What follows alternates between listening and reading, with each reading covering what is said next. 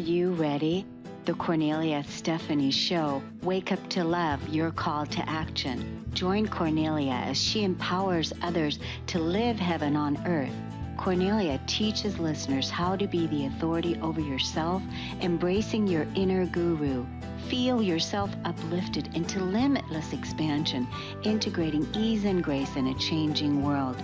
This show will cover topics such as unconditional love, your physical body, how to be in extraordinary relationships, create financial and emotional wealth, embracing entrepreneurship in the new earth.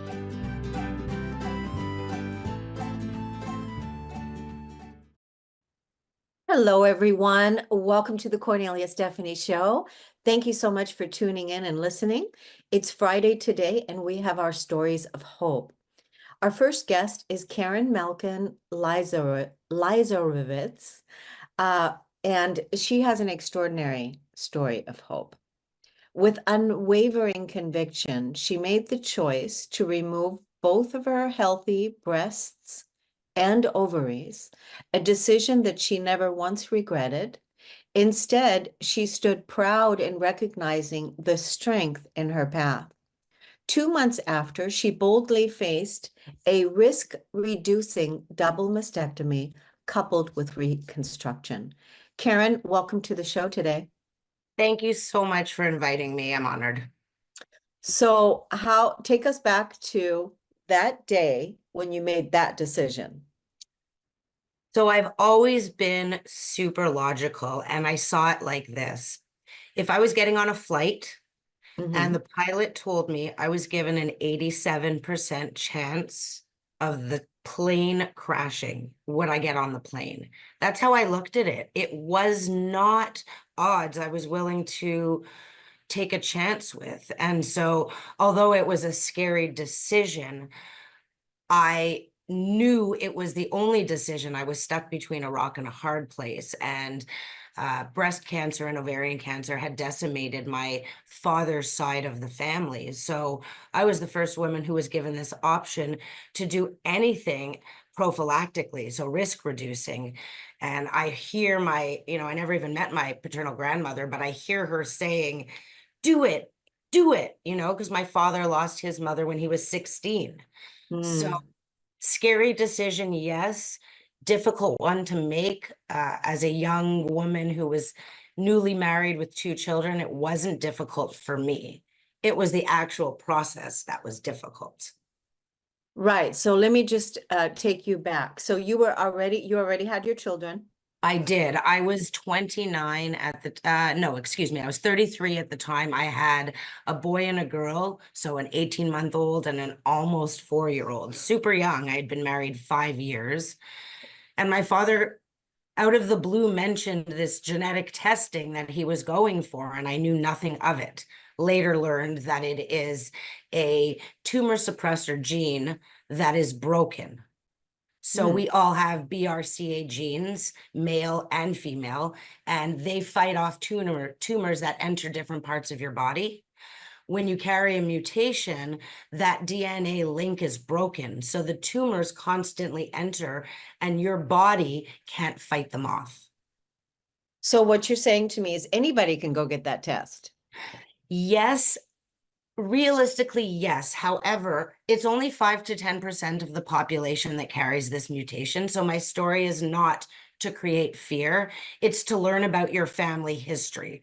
So if there's a family history of early onset breast cancer or ovarian cancer, or if there is for males prostate cancer or male breast cancer, you look first at both sides of your family history.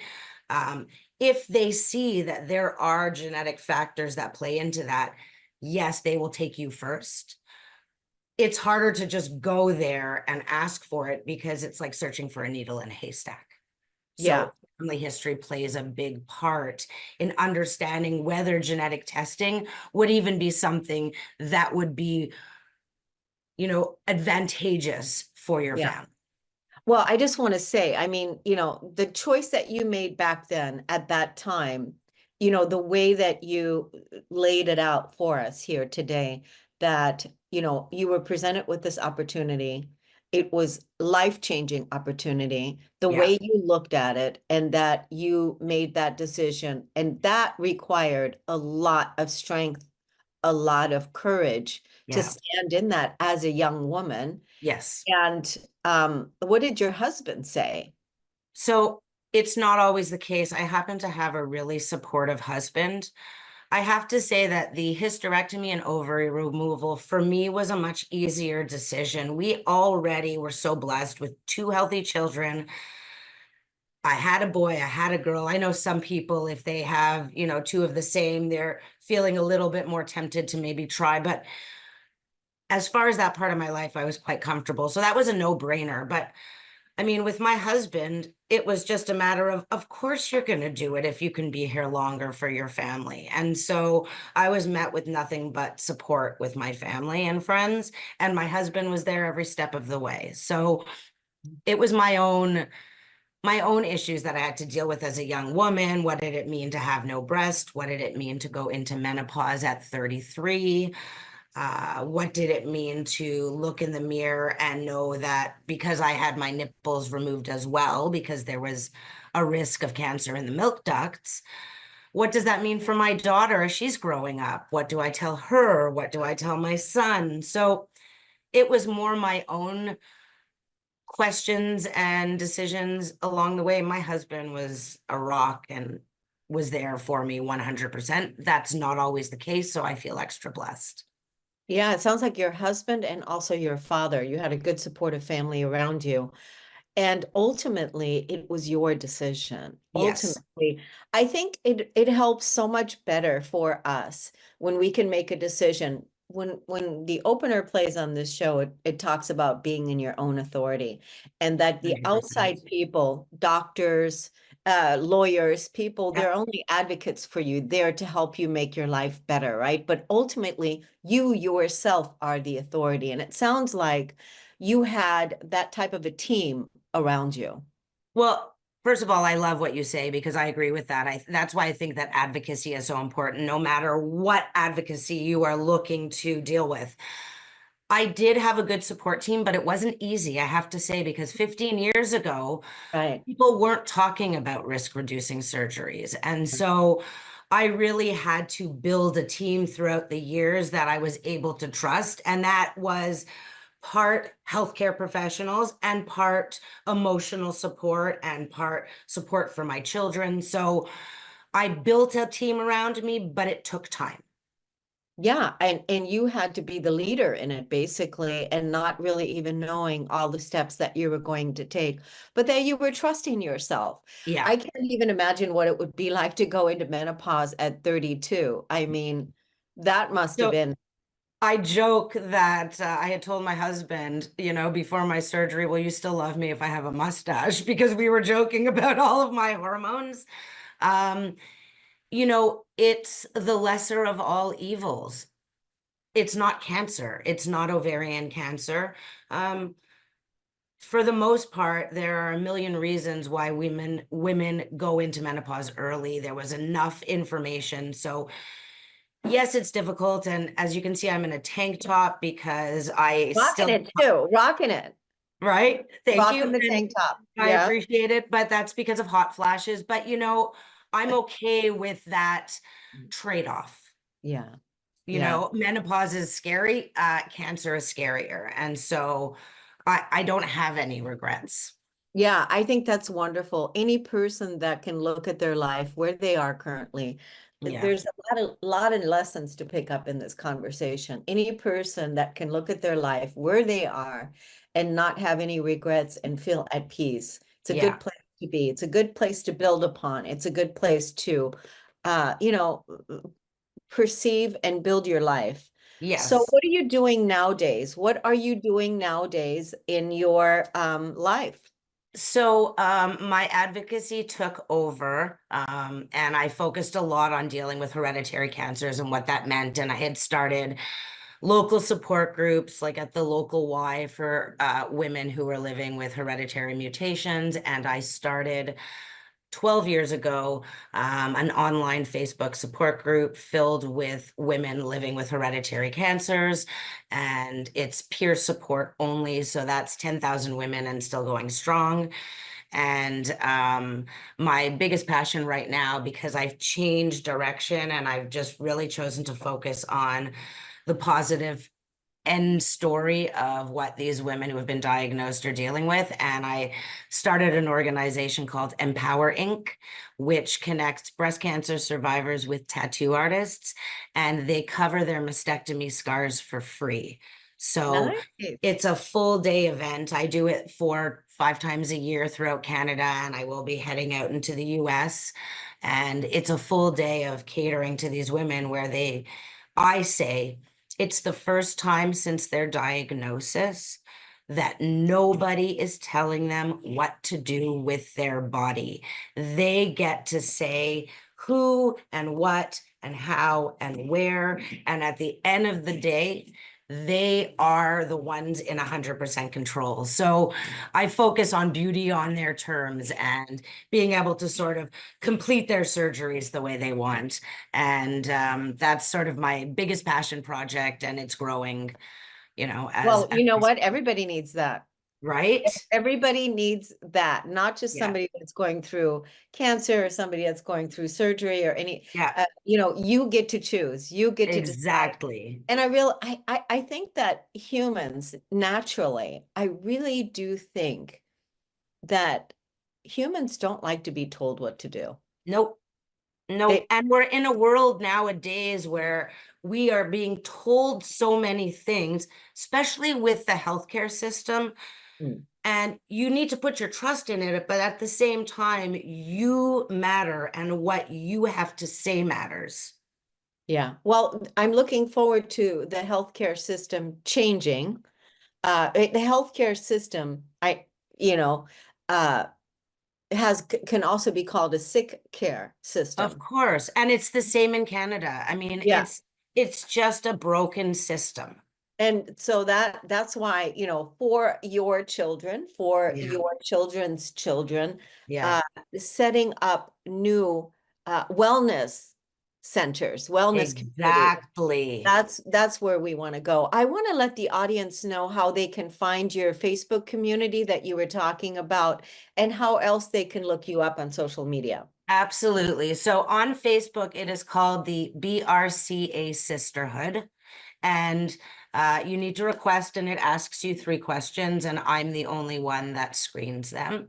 So that is definitely a go-to place. It's only for women. Not that men don't have this mutation, but women are dealing with questions about mastectomies and reconstructions and menopause, and I created a safe place for women. As far as my social media, you can always check Empower Inc. So EMPOWERINK _CA. But everything is on my website, which is empowerinc.ca.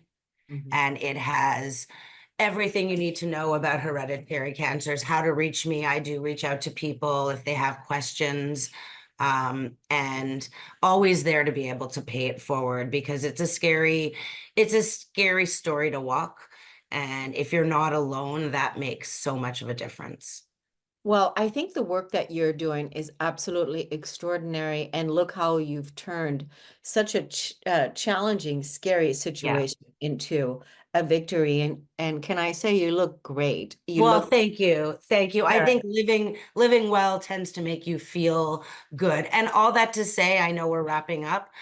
It's really important to know that, yes, maybe I look good and healthy now. It wasn't an easy journey, and don't think no. I didn't have my tears and my difficulties. That's okay. But it's all about how you move forward and appreciate what you've learned along the way and be able to sort of improve upon that to Yeah. make yourself more whole. Well, I just want to say, I mean, it wasn't easy to say goodbye to your breasts. It was No, easy. I mean, that was not easy to do. no, Because I'm sure we could carry on and talking. that's it. Karen, I want to thank you so much for coming on the show today. We're going to take a break on the Cornelia Stephanie Show, everyone. We'll be right back.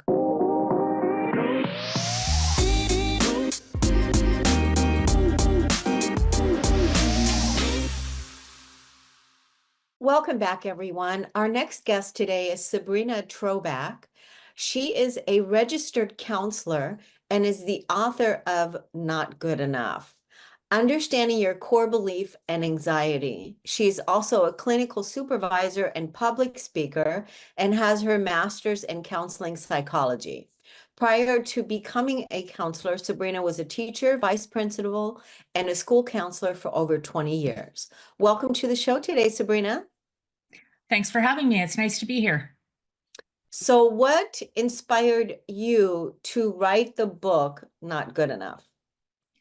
So I got to go back a little bit. I was a teacher, like you said, for over 20 years and loved teaching. Never thought I would ever do anything different. It was definitely something that I was drawn to since I was a little girl.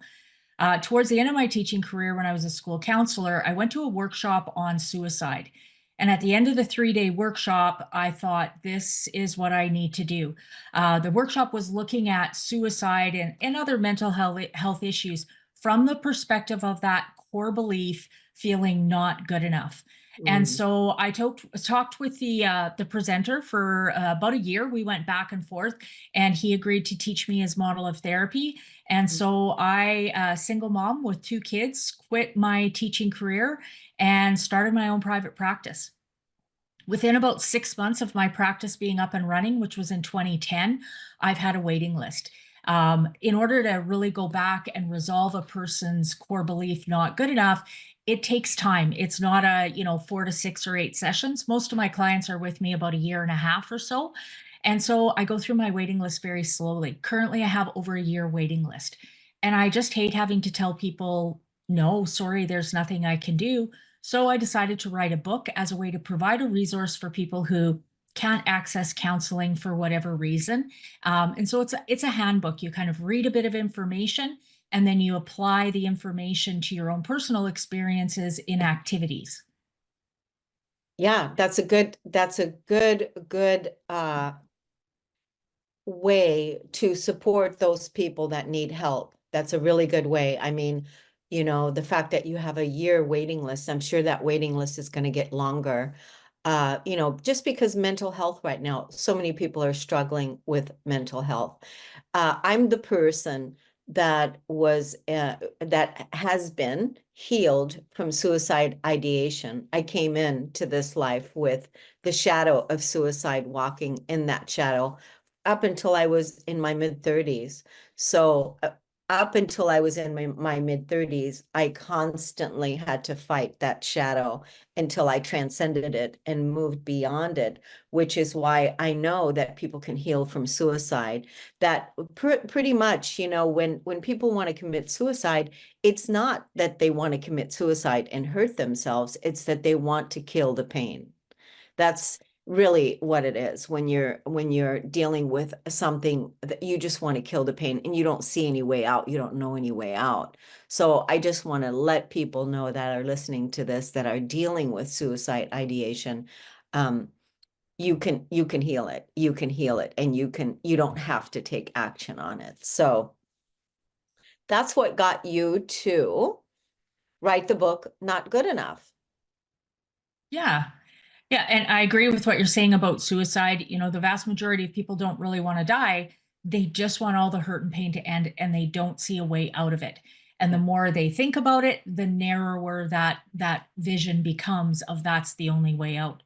But there definitely are other ways to sort through and understand things where you can actually start to appreciate life, enjoy life, see things in a bit of a different perspective. Then that need for thoughts of suicide becomes less and less and less. And that's what the book kind of looks at is, what need is being met. And often it comes back to that core belief, feeling not good enough, not important, not valued, having a whole bunch of emotion that we have held in for a really, really long time. And it just gets harder and harder and harder to cope with it. So the idea of going to thoughts of suicide, to drugs, to alcohol, to pornography, to shopping, to spending, to all these different things as a way of distracting or trying to avoid dealing with all the hurt and the emotion that's going on, trying to not deal with the core belief, not good enough, those distractions become more and more significant. Yeah, it's really important because not numbing the pain, really sitting with the emotions, learning how to feel it all. That's a big piece of it. And I can attest to saying that uh, I am living an extraordinary life, and I'm so glad I never succeeded, and that the angels were working overtime to protect me, that that didn't happen. And because today in my life, I would never even, this is not even a thing. That's not even a thing, because once you heal those parts and really, but it took time, like you said, and that's the big Yeah. important piece. It's not a it's not a, what is that?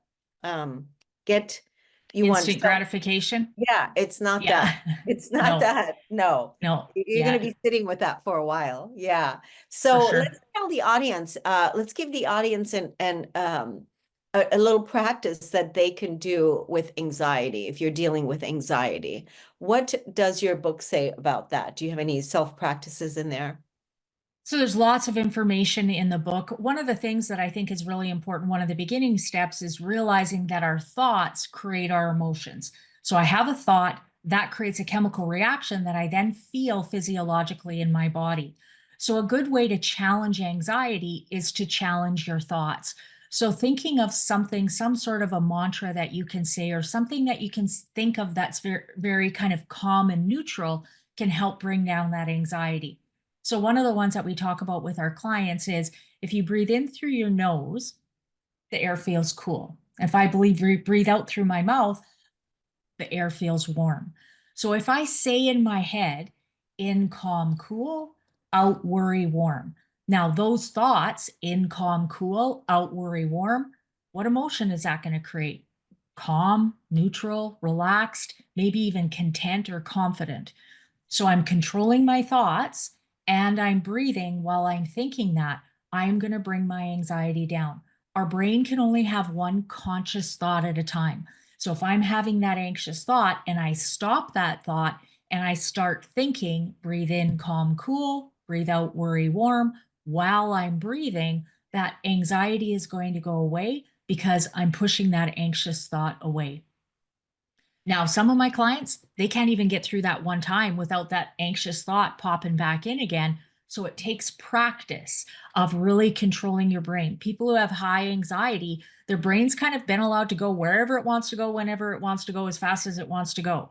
And so now we're saying, no, we're not going to do that anymore. Our brain doesn't necessarily just go, okay, it's going to kind of challenge that a little bit. So you have to keep at it and you have to keep practicing it.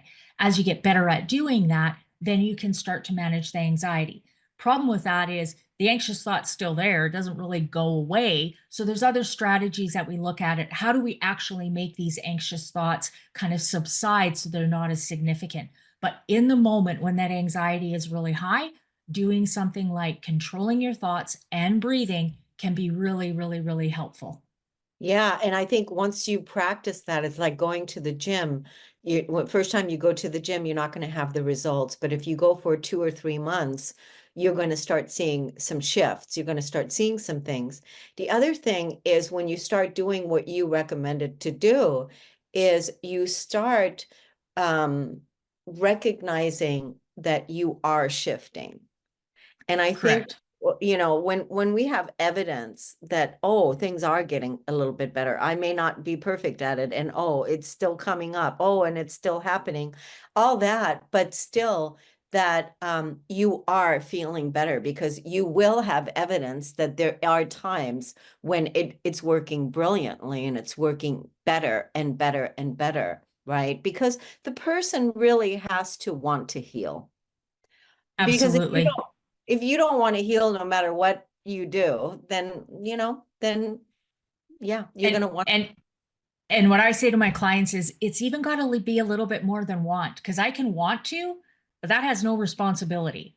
I have to want to and be willing to take the risk to try it. I have to be willing to take that first step. First step is often the hardest one, but when you once you take that first step, the second step is a little bit easier and a little bit easier. We want slow, gradual changes. Very small steps are much more manageable and much more sustainable. But we have to be willing to take that risk and try. Yeah, it's so important what you just said, to take the small steps and take responsibility. That's a big piece, is taking responsibility. I want to let the audience know where they can find your book and where they can find you on social media, Sabrina. Sure. I'm on Amazon. My book is available on Amazon. I also have a website. It's throwbackholistic.org. On the website are connections to all my social media. There's also links to purchase my book. I have blogs on there that are short 2 to 4 minute reads. I have other podcast interviews that I have on there on a page as well. I'm on Facebook and YouTube at Throwback Holistic Counseling. I'm on Instagram at NGE for not good enough _throwback. And I just started TikTok. I'm on TikTok at NGE underscore core underscore belief. I just think the work that you're doing is amazing. I'm glad you wrote that book. So many people have bought into the belief that they're not good enough, and that is absolutely the worst lie that we've ever been told.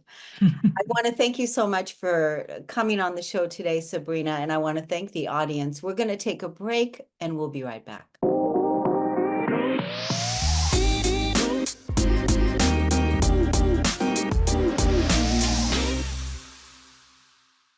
Welcome back, everyone. I'm so excited to introduce you to Shalini Tyagaraja.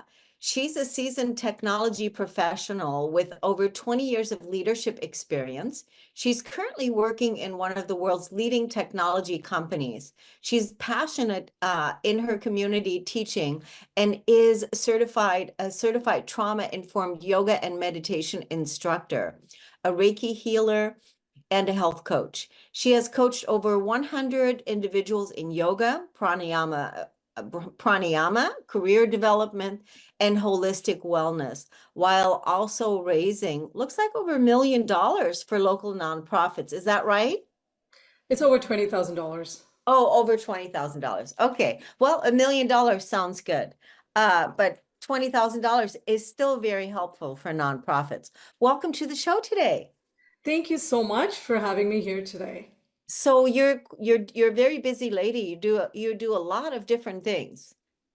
Yes, I think I'm just passionate about a lot of different things and a lifelong learner and just, always curious about trying out different things and experiencing that growth mindset.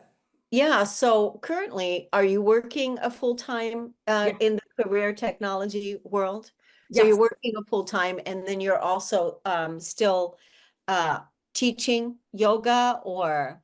Yes. So I currently work as a director at Microsoft. I am also an entrepreneur. I run my own business called Mindspace, where I work with individuals on holistic wellness. And that's all the way from yoga through breath work, through, just meditation and health coaching, and also just trying to help people find their purpose if they're just stuck, trying to figure out how do you get unstuck in life. So I do that as well. And I have 2 wonderful daughters. My older one, I just dropped her off in college, and I have a younger one who's almost there. Yes. So what does your older daughter do? Yes. So she is doing computer engineering at Virginia Tech, and I just dropped her off this August. So, life has just completely gotten to a different phase, I would say, now. Right, right. And so where does the nonprofit come in? Yeah. So the girls started off, I would say, in very small project many years ago. This was about 7, 8 years ago, because I always had just this culture during Thanksgiving as a family, we give back. And because we don't traditionally celebrate Thanksgiving, right? Just the American way. So I always wanted to do something where we give back to the community. And I was involved in a lot of different nonprofits, even with yoga, teaching, fundraising to nonprofits. So I was always passionate about that. And I wanted my girls to do that when they were younger. So they would come with me every Thanksgiving. I would go shop for foster homes. I would shop for, homeless shelters, and they would come pick up things and put stuff in my cart. So they always knew that Thanksgiving was about, giving back. That's really how, their nonprofit initiative, it's called Joys of Giving. That's how it all really started when they were way younger. So I was really helping them, just, figuring out how they get started, what they can do, but really letting them lead eventually. And they really took it off pretty fast. Yeah, I think that's really wonderful to have that type of, entrepreneurial spirit, like early on to, show what you can get involved in, what you can create, and how you can give back to the community. I think that's a wonderful way, a wonderful model to, raise the kids and show the children what's possible. What is your daughter? Is she, you said she was in computer technology as well, or? Yeah, she's majoring in computer engineering. Oh, computer engineering. Well, I think that's good because, we need a lot of that in the upcoming future with our evolution. Who knows where all that's going? Oh, absolutely. Yes, I think there's always a need for more, and I also feel there's also a need for a lot of women engineers to be out there and challenge, status quo and actually make an impact. Yes. So tell me about your one-on-one sessions. What do you do when what people come to find you that work with you? Who are they? Sure, absolutely. I think there's different phases and age groups of people, right? I would say just, some of the recent examples. There was an individual who just went through recent trauma of, just grief, losing a parent, trying to figure out how to get back that confidence, how to, just get back to life, really. And so, we've been just working through breath work. We've been working through some exercises of gratitude, affirmation, and how to release some of that trauma and that emotion in you and getting back to life. And it was very positive to hear back from the person that they're actually doing very well. And there was, one of the points in life where they were stuck with just a career change. And it was very exciting to hear they actually got a job, and they were very excited to share that first with me. So I think just moments like that, right, is what I find very fulfilling through this whole journey. And there's also somebody else who is going through a very stressful moment in life, and they just needed to figure out how to get unstuck and get their life back. So those Yeah. are just a couple of examples that come to my mind. Yeah, that's really good. I mean, grief is really hard. Yes, That's a really hard piece, especially during the first year yes, of grief, because you're reminded of so many firsts. The first Thanksgiving that you're not going to be with your beloved, whoever that is, the first Christmas, the yes. first birthday. So that's always the hardest part, and really, missing that interaction. So I think, and grief, has, if we don't feel our grief and if we don't process our grief, then it can accumulate around our heart and around our lungs. And that's not, then we carry that energy around, we carry that emotion around. And that's not a good thing for our physical body. But processing the grief and feeling the grief is healthier to do, even though it feels terrible. Yes. Oh, absolutely. Because then that leads to trauma, and then you're just accumulating, right? I mean, it's unfortunately a vicious cycle in your Yeah. body. Yeah, and that's why having support, having someone to support you, where you can really sit with your feelings, be with your emotions, be with your grief. It's really important because loss is part of life, Oh, yeah. right? Yes. And we're just supporting each other through the process of living life. Yep. It's just creating a trusted space. And I mean, research says 70% of us, right, we will all go through some kind of trauma in our life, right? I mean, it could just be different things, of course, for different people, and the extent is so subjective. But there's, I think it's inevitable. Like you said, I mean, losing somebody, I think most people will experience that at some point in their life. Absolutely. Or, someone or a house or a car or Hmm. my parents just this last year, their house burned down in a house fire on February 2nd of this year.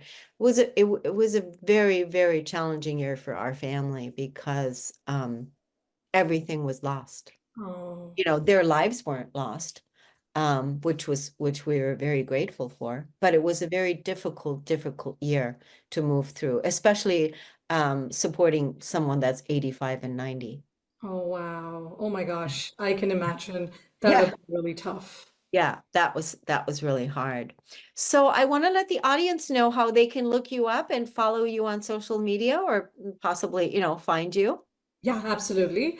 They can reach out to me through my website. It's www.mindspacejourney.org.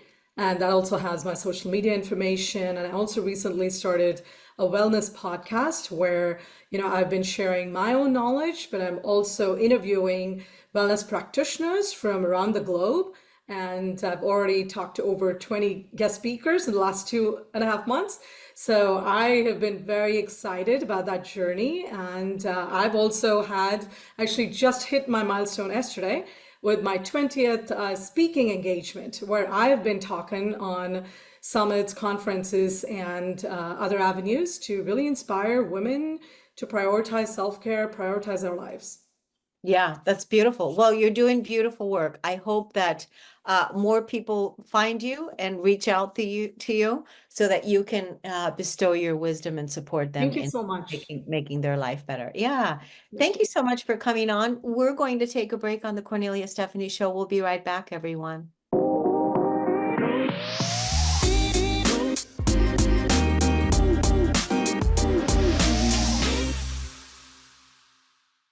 Welcome back, everyone. Our last guest today is Corey Stewart. She serves as a heart-based holistic healer who assists individuals in soulful reconnection through releasing anxiousness, self-doubt, energetic blockages, utilizing the chakras as guides. She believes that life should be lived from the heart and is passionate about assisting others to no longer feel like a plus one within their own lives. She's a certified Reiki master and also crystal Reiki practitioner. Welcome to the show today. Thank you so much for having me. It's truly an honor to be here. Thank you. I'm so glad you're here because we're going to offer and end the show today with a very important message. I'm slightly biased, but I could not agree more. And I think just in time for the weekend and with the holiday changes, it is the perfect message for us to literally wrap the day up with. And what is that message exactly? So I think one of the things I'd like to really remind us all is the answers don't have to be complicated. When we're looking to reconnect with ourselves or connect with us, because many of us have not been connected to ourselves ever, there are so many simple tricks and tips that we can incorporate into our day-to-day life. We don't have to buy into these really big, complex, elaborative strategies. It's so important. It's like you said this in the green room before we came live, is let's not throw out the baby with the bathwater. Let's go get the baby from the bathwater Yeah. and let's return back to the basics. Yeah. I That's think, yeah, sorry. And some of the simplest things that we can do are making sure we're truly hydrated. And what are other things we can do? We can do breath work, making sure we're actually breathing, not just shallow breathing, and making sure we're paying attention to what we're taking in, whether it's our environment, our food, and just making sure we also have laughter. And these are such simple things, but we always think it has to be more complex than that. Yeah. And, I was going to ask you earlier, and then I changed my mind. I thought I'll bring this to the show that, why do you think it is right now that we need that more than ever, going back to the basic? Why do you think this is? I think so many of us in our space have done the research. We've looked into different things and we've done the readings, we've tried different things, but we get so caught up in the new things that we're like, wait a minute, what about embodiment? What about that integration? it can't be as simple as just getting rest or laughing or having a great community around us, that we forget about the true beauty of our foundations. And we accidentally throw it out with the bathwater. Yeah.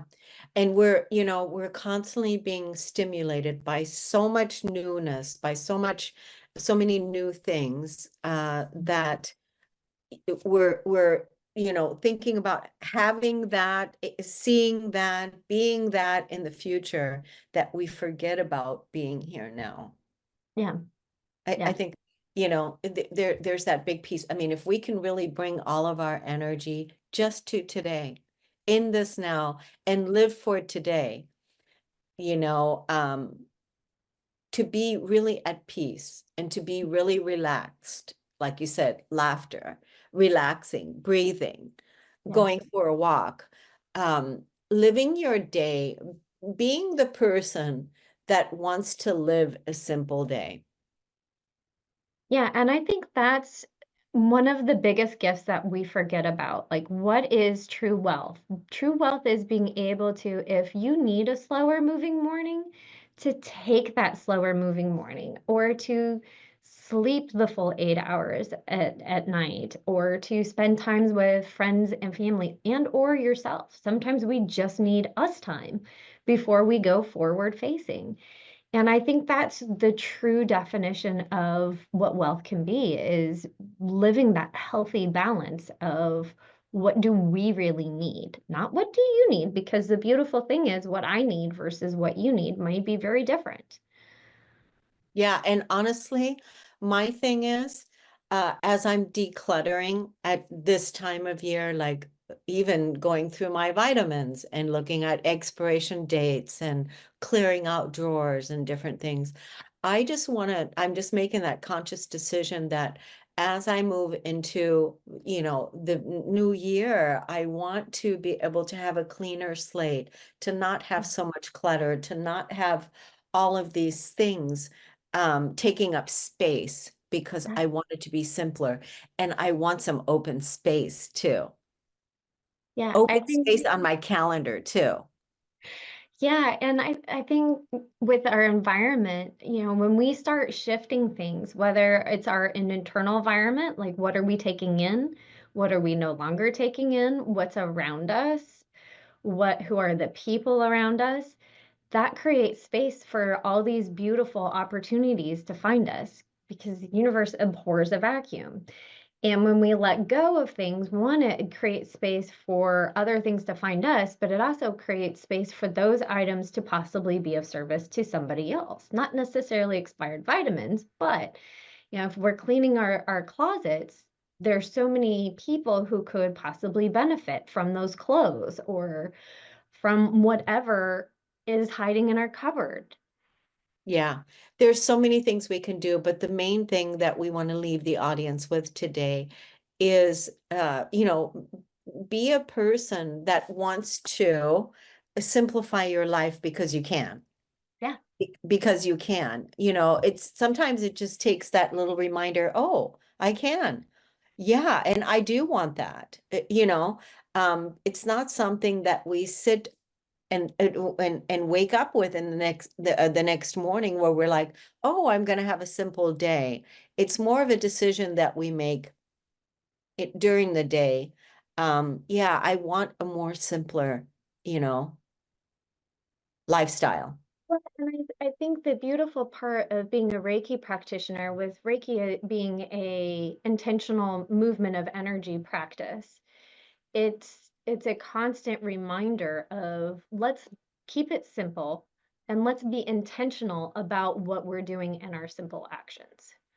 Yeah. And I think intentionality is another factor that we can all use a kind reminder towards.